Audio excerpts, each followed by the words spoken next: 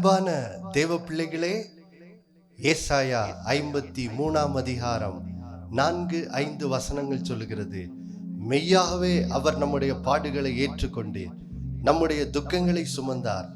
நம்முடைய மீறுதல்களின் நிமித்தம் அவர் காயப்பட்டு நம்முடைய அக்கிரமங்களின் நிமித்தம் அவர் நொறுக்கப்பட்டார். நமக்கு சமாதானத்தை உண்டு பண்ணும் தண்டனை இயேசுவின் மேல் வந்தது, அவருடைய தழும்புகளால் குணமாகிறோம் என்ற இந்த வசனங்களின் அடிப்படையிலான இந்த அருமையான பாடலை நாம் சேர்ந்து பாடுவோமா?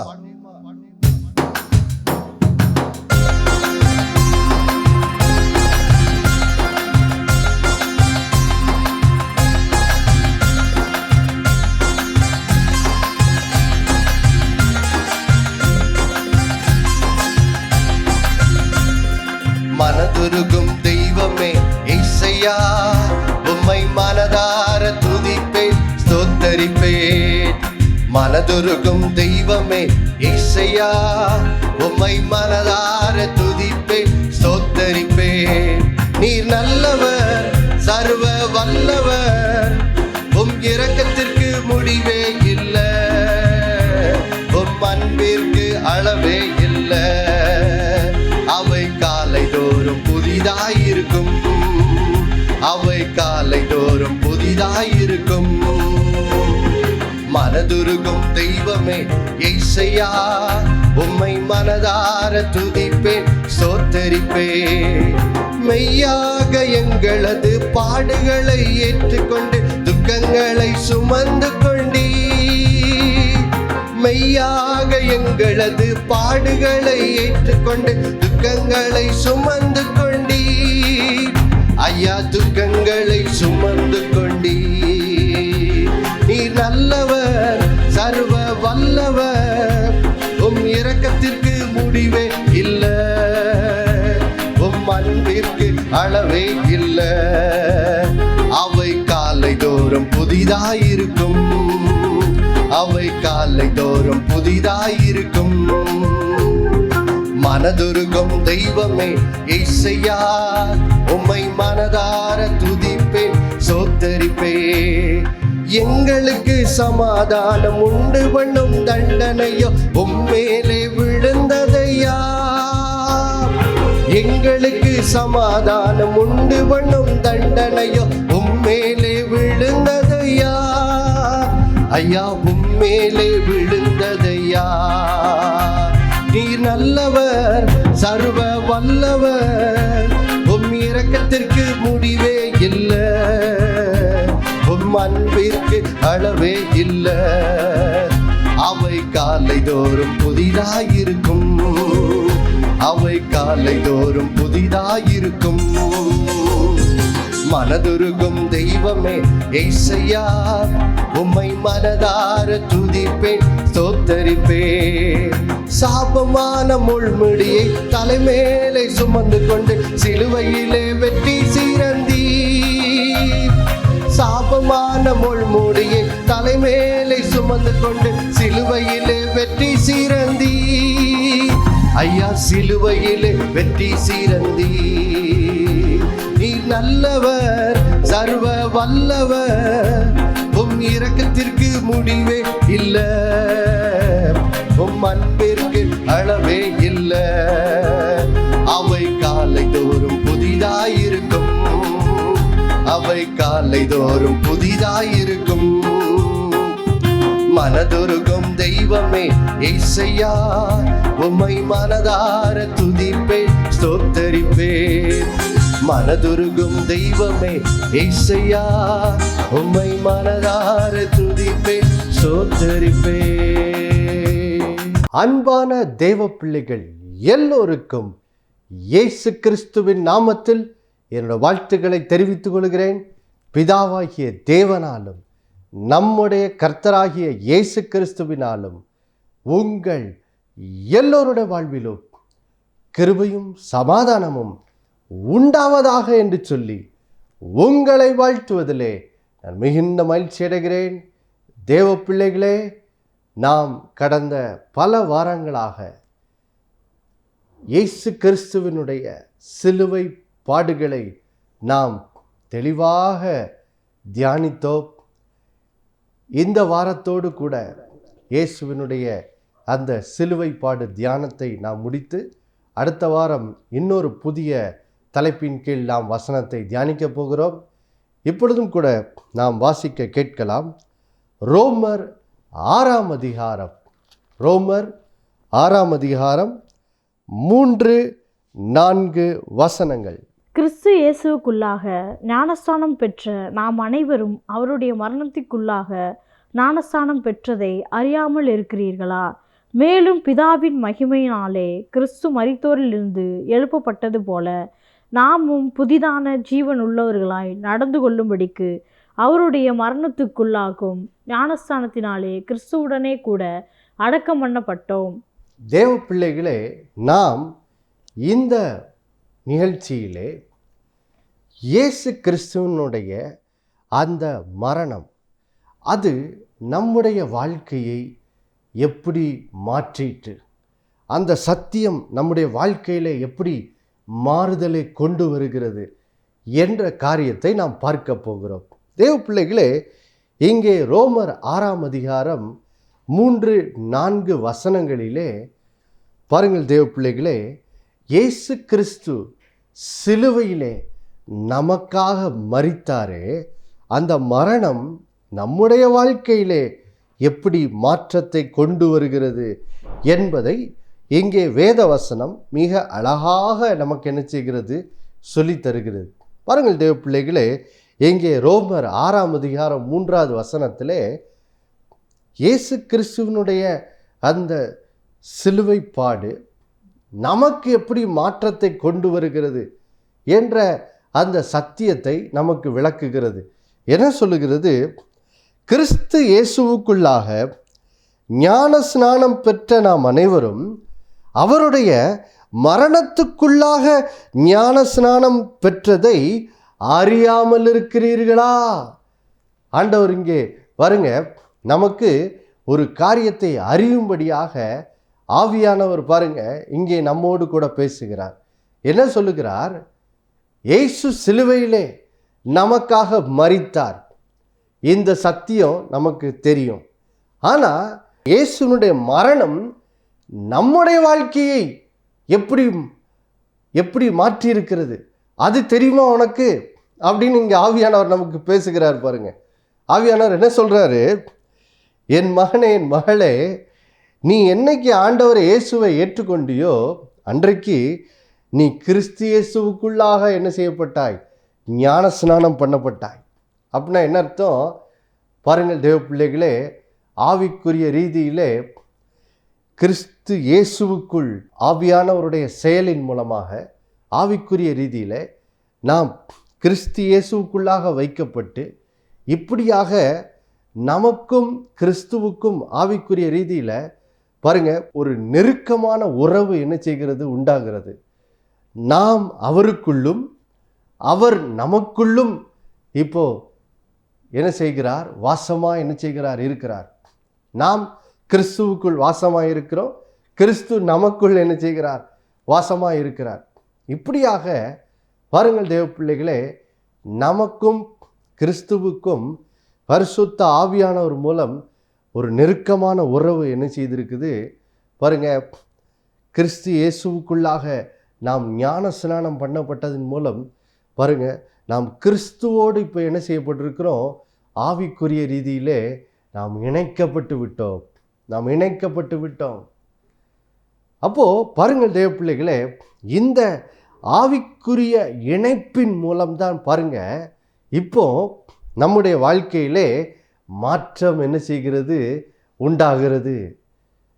எப்பொழுது நாம் கிறிஸ்து இயேசுவுக்குள் ஞானஸ்நானம் பண்ணப்பட்டு கிறிஸ்துவோடு நாம் ஆவிக்குரிய ரீதியில் இணைக்கப்பட்டோமோ அப்போ என்ன ஆச்சா? இந்த வசனம் சொல்லுது, இயேசு சிலுவையிலே மரிக்கும் போது நாமும் கிறிஸ்துவின் மரணத்தோடு என்ன செய்யப்பட்டோம்? இணைக்கப்பட்டோம். அதான் இங்கே வசனம் சொல்லுது, அவருடைய மரணத்துக்குள்ளாக ஞான ஸ்நானம் பெற்றதை அறியாமல் இருக்கிறீர்களா? அப்படின்னா என்னது? கிறிஸ்து மரிக்கும் போது நாமும் ஆவிக்குரிய ரீதியிலே அவருடைய மரணத்தில் என்ன செய்யப்படுறோம்? இணைக்கப்படுகிறோம். இணைக்கப்பட்டு என்ன நடக்குது பாருங்க, வாசிக்கலாம் பாருங்க. ரோமர் 6ஆம் அதிகாரம் 6வது வசனம்.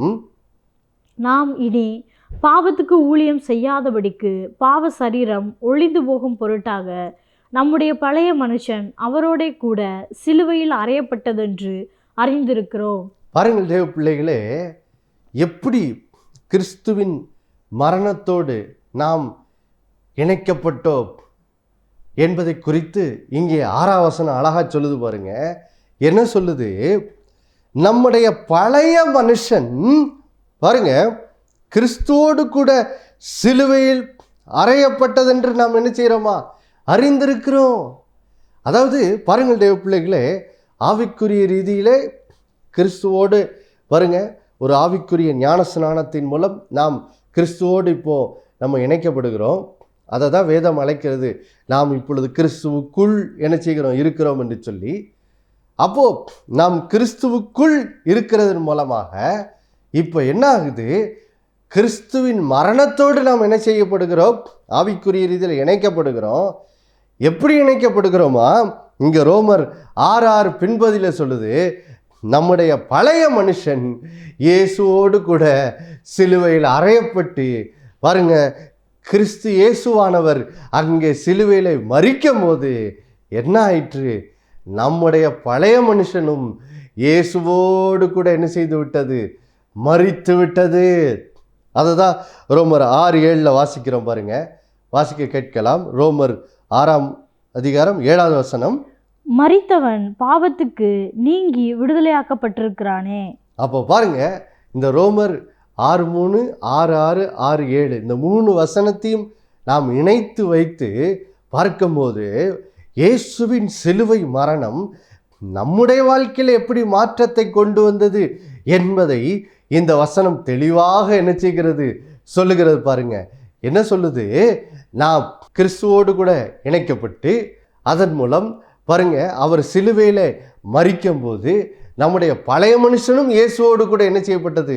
சிலுவையில் அறையப்பட்டு இயேசு கிறிஸ்து அந்த சிலுவையில் மரிக்கும் போது தேவ பிள்ளைகளே நம்முடைய பழைய மனுஷனும் பாருங்க கிறிஸ்து இயேசுவோடு என்ன செய்து விட்டது? சிலுவையிலே மரித்து விட்டது. இதைதான் ஆவியானவர் நீங்கள் அறிந்து கொள்ள வேண்டும் என்று என்ன செய்கிறார்? சொல்லுகிறார். இந்த சத்தியத்தை நீங்க என்ன செய்யணுமா? அறிந்து கொள்ள வேண்டும். ஏன் அறியணும்? பாருங்கள் தேவ பிள்ளைகளே, ஏன் அறிய வேண்டும்? எப்போ உங்களுடைய பழைய மனுஷன் கிறிஸ்துவோடு இணைக்கப்பட்டு சிலுவையில் இயேசு மரிக்கும் போது இயேசுவோடு கூட நம்முடைய பழைய மனுஷன் எப்போ மரித்ததோ அந்த நிமிடமே, அந்த சனப்பொழுதே என்னாயிற்று? ரோமர் 6:7 சொல்லுகிறது, மரித்தவன் பாவத்துக்கு நீங்கி விடுதலையாக்கப்பட்டிருக்கிறானே. ஆம் பிரியமானவர்களே, எப்போ நம்முடைய பழைய மனுஷன் இயேசுவோடு கூட மரித்ததோ அந்த வேளையிலே நாம் பாருங்கள் தேவ பிள்ளைகளே, பாவத்தின் அடிமைத்தனத்திலிருந்து, இன்னும் தெளிவாக சொல்லணும்னா பாவத்தின் வல்லமையிலிருந்து நாம் என்ன செய்யப்பட்டோம்? விடுதலையாக்கப்பட்டோம். அதாவது சரியாக சொல்லணும்னா இங்கே வசனம் சொல்லுறதுக்கு மரித்தவன் பாவத்துக்கு நீங்கி விடுதலையாக்கப்பட்டிருக்கிறானேன்னு சொல்லி ரோமர் 6:7 சொல்லுதே. அதுக்கு அர்த்தம் என்ன? நம்முடைய பழைய மனுஷன் இயேசுவோடு கூட சிலுவையில் அறையப்பட்டு அவரோடு கூட மரிக்கும் போது என்னாச்சு? முதல்ல நாம் நம்முடைய பாவ சுபாவத்துக்கு மரித்து போனோம். ரெண்டாவது, நாம் பாவத்தின் ஆளுகை வல்லமையிலிருந்தும் நாம் என்ன செய்யப்பட்டோம்? விடுதலையாக்கப்பட்டோம் தேவ பிள்ளைகளே. இதுதான் தேவ பிள்ளைகளே, சிலுவையிலே இயேசு மரித்ததன் மூலம் நமக்கு உண்டாயிருக்கிற மாற்றம் பாருங்க. ரட்சிக்கப்படுவதற்கு முன்பாக நாம் பாவ சுபாவ உடையவர்களாக இருந்தோம். ரெண்டாவது, இந்த பாவம் ஒரு ராஜாவை போல அது நம்மை என்ன செய்து கொண்டிருந்தது? ஆளுகை செய்து கொண்டிருந்தது. நாம் பாவத்தின் வல்லமைக்கு அடிமைப்பட்டு கிடந்தோம். ஆனால் வேதம் சொல்லுகிறது, இயேசு சிலுவையிலே தேவ பிள்ளைகளே மரித்ததன் மூலம் நமக்கு என்ன மாற்றம் உண்டாயிருக்கிறது? நாம் பாவ சுபாவத்திலிருந்து விடுதலையாக்கப்பட்டோம். ரெண்டாவது, பாவத்தின் ஆளுகையிலிருந்தோம். பாவம் நம்மை ஒரு ராஜா போல இருந்து கொண்டு ஆளுகை செய்து கொண்டிருந்ததே, அந்த வல்லமையிலிருந்தும் நாம் விடுதலையாக்கப்பட்டோம். ஹல்லேலூயா, ஹல்லேலூயா. எவ்வளோ பெரிய ஒரு நற்செய்தி பார்த்தீங்களா தேவ பிள்ளைகளே? பாருங்க, எடுத்துக்காட்டுக்கு நம்ம இந்திய தேசம் 1947 ஆண்டு வரைக்கும் பாருங்க, இந்தியர்களை பாருங்க பிரிட்டிஷ்காரர்கள் ஆளுகை செய்து கொண்டிருந்தார்கள். இந்தியர்கள் அவர்களுடைய ஆளுகை கீழே, வல்லமை கீழே என்ன செய்தார்கள்? இருந்தார்கள். ஆனால் எப்போ இந்திய தேசம் பாருங்க சுதந்திரம் அடைந்ததோ அப்பொழுது நமக்கு என்ன ஆயிற்று? அந்த பிரிட்டிஷாருடைய அந்த ஆளுகை, அந்த வல்லமையிலிருந்து இந்தியர்கள் என்ன செய்யப்பட்டார்கள்? விடுதலையாக்கப்பட்டார்கள். இப்போ இந்தியர்கள் ஒரு சுதந்திர நாடா என்ன செய்தது? உருவானது. இந்தியர்களே ஆளுகை செய்கிற ஒரு பெரிய சுதந்திரம் நமக்கு என்னது? உண்டானது. தேவ பிள்ளைகளே, இதை போல தான் பாருங்க, ரட்சிக்கப்படுறதுக்கு முன்னாடி பிசாசு இந்த பாவ சுபாவத்தை கொண்டு, இந்த பாவ சுபாவத்தின் மூலமாக பிசாசு நம்மை ஆளுகை செய்து, இந்த பாவம் ஒரு ராஜாவை போல் நம்மை என்ன செய்தது? ஆளுகை செய்து கொண்டிருந்தது. நாம் பாவத்தின் வல்லமை கீழே அடிமைப்பட்டு கிடந்தோம். நாம் பிசாசின் வல்லமை கீழே அடிமைப்பட்டு கிடந்தோம். ஆனால் தேவ பிள்ளைகளே, எப்போ இயேசு சிலுவையிலே நம்முடைய பாவங்களை சுமந்தவராக மரித்தாரோ அப்போ என்ன ஆயிற்று? நம்முடைய பழைய மனுஷன் இயேசுவோடு கூட சிலுவையில் அறையப்பட்டு, தேவ பிள்ளைகளே, நாம் நம்முடைய பழைய மனுஷனுக்கு, அந்த பாவ மனுஷனுக்கு, பாவத்தின் வல்லமைக்கு இயேசுவோடு கூட என்ன செய்து விட்டோம்? மரித்து விட்டோம். மரித்து விட்டதுனால இப்போ பாவத்தின் வல்லமையிலிருந்து நாம் விடுதலையாக்கப்பட்டாச்சு. அல்லேலூயா. இப்போ நம்மை பிசாசும் பாவமும் ஆளுகை செய்யல, இப்போ இயேசுதான் நம்மை ஆளுகை செய்கிறார். ஆண்டவராக இயேசு கிறிஸ்து நம்மை ஆளுகை செய்கிறார். அல்லேலூயா. எவ்வளோ பெரிய நற்செய்தி பார்த்தீங்களா தேவ பிள்ளைகளே? இதுதான் இன்றைக்கு தேவ பிள்ளைகளே நீங்கள் அறிய வேண்டிய ஒரு பெரிய நற்செய்தி. இதுதான் இயேசுவினுடைய சிலுவை பாடுகள் உங்களுக்குள்ளே உண்டாக்கியிருக்கிற மகா பெரிய மாற்றம். பாருங்கள், மகா பெரிய மாற்றம். சில பேர்லாம் கேட்பாங்க, இந்த இயேசுவை ஏற்றுக்கொண்டதுனால எனக்கு என்னங்க கிடச்சிது? இதுக்கு முன்னாடி வேற ஏதோ ஒரு நம்பிக்கையில் இருந்தேன், இப்போ இந்த ஏசப்பாவை பின்பற்றுறேன், ஏதோ ஒரு மதம் மாறினமாக தான் மாறியிருக்கேன், இதனால எனக்கு என்ன மாற்றம் ஏற்பட்டிருக்குது அப்படின்னு சொல்லி பாருங்க, சிலருக்குள்ளெல்லாம் பல கேள்விகள் இருக்கிறது.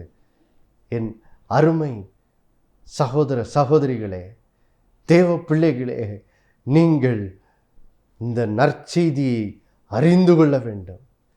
இயேசுவை ஏற்றுக்கொள்வது ஏதோ ஒரு மதம் மாறுவதல்ல. பாருங்க, இல்லை இல்லை, இது தேவ பிள்ளைகளை இயேசுவை ஏற்றுக்கொள்வது என்பது அதனுடைய அர்த்தம் என்ன?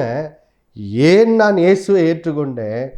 இதுக்கு முன்னாடி பிசாசு என்னும் ஒரு அரக்கனாகிய கோலியாத், பாவம் என்னும் ஒரு அரக்கனாகிய கோலியாத், பாருங்க எப்படி அன்றைக்கு வேதத்தில் வாசிக்கிற 1 சாமுவேல் 17 இந்த கோலியாத் என்பவன் சவுலையும் அவனுடைய இராணுவ வீரர்களையும் நிந்தித்து பேசி பாருங்க, அதன் மூலம் சவுலும் அவனுடைய இராணுவ வீரர்களும் 40 நாட்கள் பாருங்க இந்த நிந்தையான வார்த்தைகளை கேட்டு கேட்டு மிகுதியான பயத்தினாலும் கலக்கத்தினாலும் ஆளுகை செய்யப்பட்டார்கள். பாருங்க, கோலியாத் தன்னுடைய வார்த்தைகளாலே சவுலையும் அவனுடைய படை வீரர்களையும் பாருங்க ஆளுகை செய்து கொண்டிருந்தான்.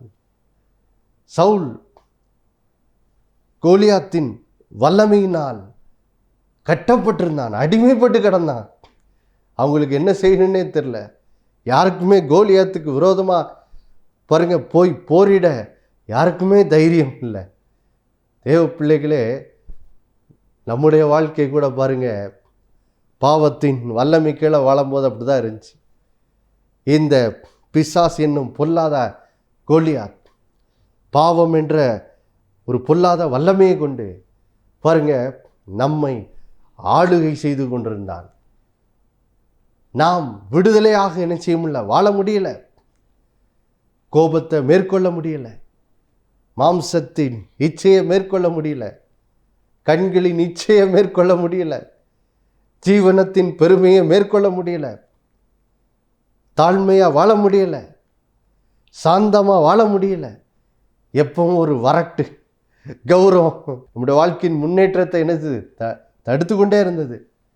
நம்மளும் மாறணும்னு தான் ஆசைப்பட்டோம், ஆனால் மாறாதான் முடியலை. ஏன்னா அந்த பாவத்தின் வல்லமை நம்மை ஆளுகை செய்து கொண்டிருந்தது. தேவப்பிள்ளை, கோலியாத் எப்படி தன்னுடைய நிந்தையான வார்த்தைகளால் சவுலையும் அவனுடைய வீரர்களையும் 40 நாட்கள் பாருங்க அவன் ஆளுகை செய்து கொண்டிருந்தான். அந்த மாதிரி தான் பாருங்க இந்த பாவத்தின் வல்லமையும் நம்மை ஆளுகை செய்து கொண்டிருந்தது. நம்மால் பாருங்க விடுதலையாக வாழ முடியலை. வாசிக்கலாம் பாருங்க, ரோமர் 7ஆம் அதிகாரத்தில் அதை ஆவியானவர் பவுலை கொண்டு இப்படி எளிமையாக அதை விவரிக்கிறார் பாருங்க.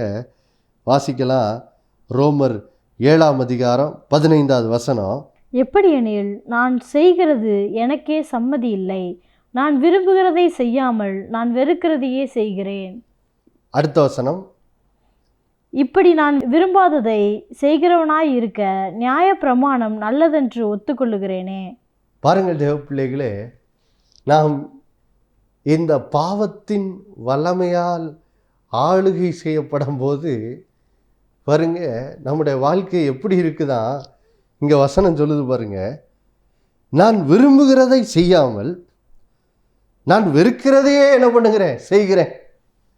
இன்னும் கொஞ்சம் வாசிக்கலாம் பாருங்க. இப்போ 19வது வசனம் 20வது வசனம். ஆதலால் நான் விரும்புகிற நன்மையை செய்யாமல் விரும்பாத தீமையே செய்கிறேன்.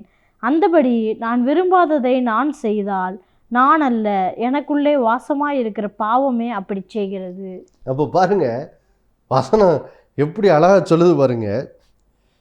ஆதலால் நான் விரும்புகிற நன்மையை செய்யாமல், நான் விரும்புகிற நன்மையை என்னால் என்னது செய்ய முடியலை, ஆனால் நான் விரும்பாத தீமையே என்ன செய்கிறேன். ஏன் அப்படி செய்கிறேன்னா அடுத்த வசனத்தில் அவர் சொல்கிறாரு, ஏன் அப்படி செய்கிறேன், ஏன்னா நான் அல்ல, எனக்குள்ளே வாசமாக இருக்கிற பாவமே அப்படி என்னது செய்கிறது. நமக்குள்ளே ஒரு பாவத்தின் அடிமைத்தனம் என்ன செய்தது, இதுக்கு முன்னே இருந்தது. அந்த பாவத்தின் அடிமைத்தனத்துக்கு நாம் அடிமைப்பட்டிருந்ததுனால தான் நாம் விரும்புகிற நன்மையை செய்யாமல் நாம் வெறுக்கிற தீமையே செய்கிறவர்களாய் நம்முடைய வாழ்க்கை இப்படி தான் என்னது காணப்பட்டது. நிறைய பேர் சொல்லுவாங்கள்ல, நானும் காலையில் எந்திரிச்சு பைபிள் வாசிக்கணும்னு தான் நினைக்கேன், ஜெபம் பண்ணணும்னு தான் நினைக்கிறேன், ஆனால் என்னால் முடியவே மாட்டேங்குது. விரும்புகிறத செய்யாமல் விரும்பாத தூக்கத்தையே நான் செய்கிறவனா என்ன செய்கிறேன் இருக்கிறேன். காலைல எழுந்து ஜெபம் பண்ணணும்னு நினைக்கிறேன், நான் ஜெபம் பண்ண மாட்டேங்கிறேன், தூங்கிடுறேன். இப்படி தான் அநேகரோட வாழ்க்கை இருக்குது. காரணம் என்ன, ஒரு பாவத்தின் வல்லமை நம்மை கோலியாத்தை போல ஆளுகை செய்கிறது. ஒரு பார்வோன் இஸ்ரேல் ஜனங்களை எப்படி அடிமைப்படுத்தி இருந்தானோ அந்த மாதிரி இந்த பாவத்தின் வல்லமை நம்மை அடிமைப்படுத்தி இருந்தது. ஆனால் தேவ பிள்ளைகளே, நல்ல செய்தி என்ன, எப்படி அன்றைக்கு எப்படி ஒரு தாவீது வந்து ஒரு கோலியாத்தை மேற்கொண்டானோ அதே போல் இன்றைக்கு நம்முடைய இரட்சகராகிய இயேசு, அன்றைக்கு சவுலுக்கு தாவீது எப்படி ஒரு இரட்சகனாக வந்தானோ அதே போல் இன்றைக்கு நம்மை இரட்சிக்க ஆண்டவர் இயேசு இந்த உலகத்துக்குள் வந்து நமக்காக அந்த நியாயத்தீர்ப்பின் இடமாகிய அந்த சிலுவையிலே நம்முடைய பாவங்களுக்காக நாம் தண்டிக்கப்படணும். நாம் தண்டிக்கப்பட வேண்டிய இடத்துல, நம்முடைய இடத்துல இயேசு நம்முடைய பாவங்களுக்காக அந்த சிலுவையில் என்ன செய்யப்பட்டார்? தண்டிக்கப்பட்டார். அங்கே அவர் நம்முடைய பாவங்களுக்காக தண்டிக்கப்படும் போது, நம்முடைய பாவத்தின் தண்டனையாகிய மரணத்தை ஏற்றுக்கொண்டு இயேசு மரிக்கும்போது, தேவ பிள்ளைகளே, நம்முடைய பழைய மனுஷனும் இயேசுவோடு கூட சிலுவையில் அறையப்பட்டு, தேவ பிள்ளைகளே, இயேசுவோடு கூட நம்முடைய பழைய மனுஷன் மரித்து விட்டான். எப்படி? ஒரு கவனை கொண்டும் ஒரு கல்லை கொண்டும் கோலியாத்தை எப்படி தாவீது மேற்கொண்டானோ, அதே போல் நம்முடைய ஆண்டவராகிய இயேசு தம்முடைய பிற்கப்பட்ட சரீரத்தின் மூலம், அவர் சிந்திய இரத்தத்தின் மூலம், பாருங்க, இந்த அரக்கனாகிய கோலியாத்தாகிய இந்த பாவம் என்ற வல்லமையை சிலுவையிலே அவர் என்ன செய்து விட்டார்? அவர் பாருங்க தோற்கடித்து விட்டார். அந்த பாவத்தின் வல்லமையை அவர் சிலுவையில் என்ன செய்து விட்டார்? அவர் அழித்து விட்டார். பிசாசு தலை நசுக்கப்பட்டான். பாருங்க, அதன் மூலம் நம்முடைய பழைய மனுஷன் இயேசுவோடு கூட மரித்ததன் மூலம் இப்போ தேவ பிள்ளைகளே, எப்படி மோசேயின் தலைமையிலே இஸ்ரேல் ஜனங்கள் அந்த பஸ்கா ஆட்டுக்குட்டியின் இரத்தத்தை தங்களுடைய வீட்டின் நிலைக்கால்களிலே தெளித்து, பாருங்க எப்படி அன்றைக்கு ஒரு பஸ்கா ஆட்டுக்குட்டியின் இரத்தம் சிந்தப்பட்ட போது எப்படி இஸ்ரேல் ஜனங்கள் பார்வோன் என்னும் பொல்லாத அரக்கனுடைய அடிமைத்தனத்திலிருந்து எப்படி விடுதலையாக்கப்பட்டார்களோ, அதைப்போல் நமக்காக இயேசு அவருடைய சரீரம் பிற்கப்பட்டு அவர் ரத்தம் சிந்தினதன் மூலம் எப்போ மரித்தாரோ அப்போ நாம் இந்த பாவம் என்ற பொல்லாத அரக்கனுடைய வல்லமையிலிருந்து நாம் விடுதலையாக்கப்பட்டோம். நாம் இப்பொழுது விடுதலையாக்கப்பட்டவர்கள். ஹல்லேலூயா, ஹல்லேலூயா. நீங்கள் இனி பாவத்திற்கு அடிமைகள் அல்ல தேவ பிள்ளைகளே, அதன் வல்லமையிலிருந்து நீங்கள் விடுதலையாக்கப்பட்டு விட்டீர்கள். அதனால ஆண்டவர் நமக்கு சொல்ற வார்த்தை என்ன? ரோமர் 6 இப்போ 12வது வசனத்தை வாசிக்க கேட்போம். ஆகையால் நீங்கள் சரீர இச்சைகளின்படி பாவத்திற்கு கீழ்ப்படியத்தக்கதாக சாவுக்கேதுவான உங்கள் சரீரத்தில் பாவம் ஆளாதிருப்பதாக. இப்போ கர்த்தர் அதனால தான் சொல்றாரு, எப்பா நீ பாவத்தின் வல்லமையிலிருந்து, பாவ சுபாவம் அடிமைத்தனத்திலிருந்து நீ விடுதலையாக்கப்பட்டு விட்டதுனால இனி என்ன பண்ணாத?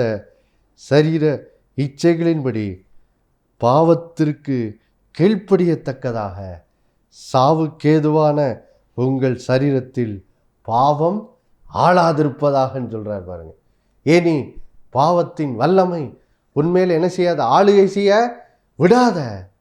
ஏன்னா நீ பாவத்தின் வல்லமையிலிருந்து விடுதலையாக்கப்பட்டாய், பாவ சுபாவத்தின் அடிமைத்தனத்திலிருந்து விடுதலையாக்கப்பட்டாய்.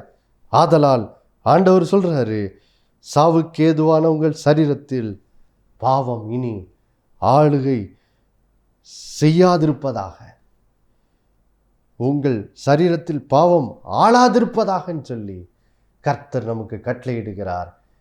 இனி பாவம் உங்களை ஆளுகை செய்ய விடாதீங்க. ஏன்னா நீங்க அதிலிருந்து விடுதலையாக்கப்பட்டீர்கள். ஹல்லேலூயா.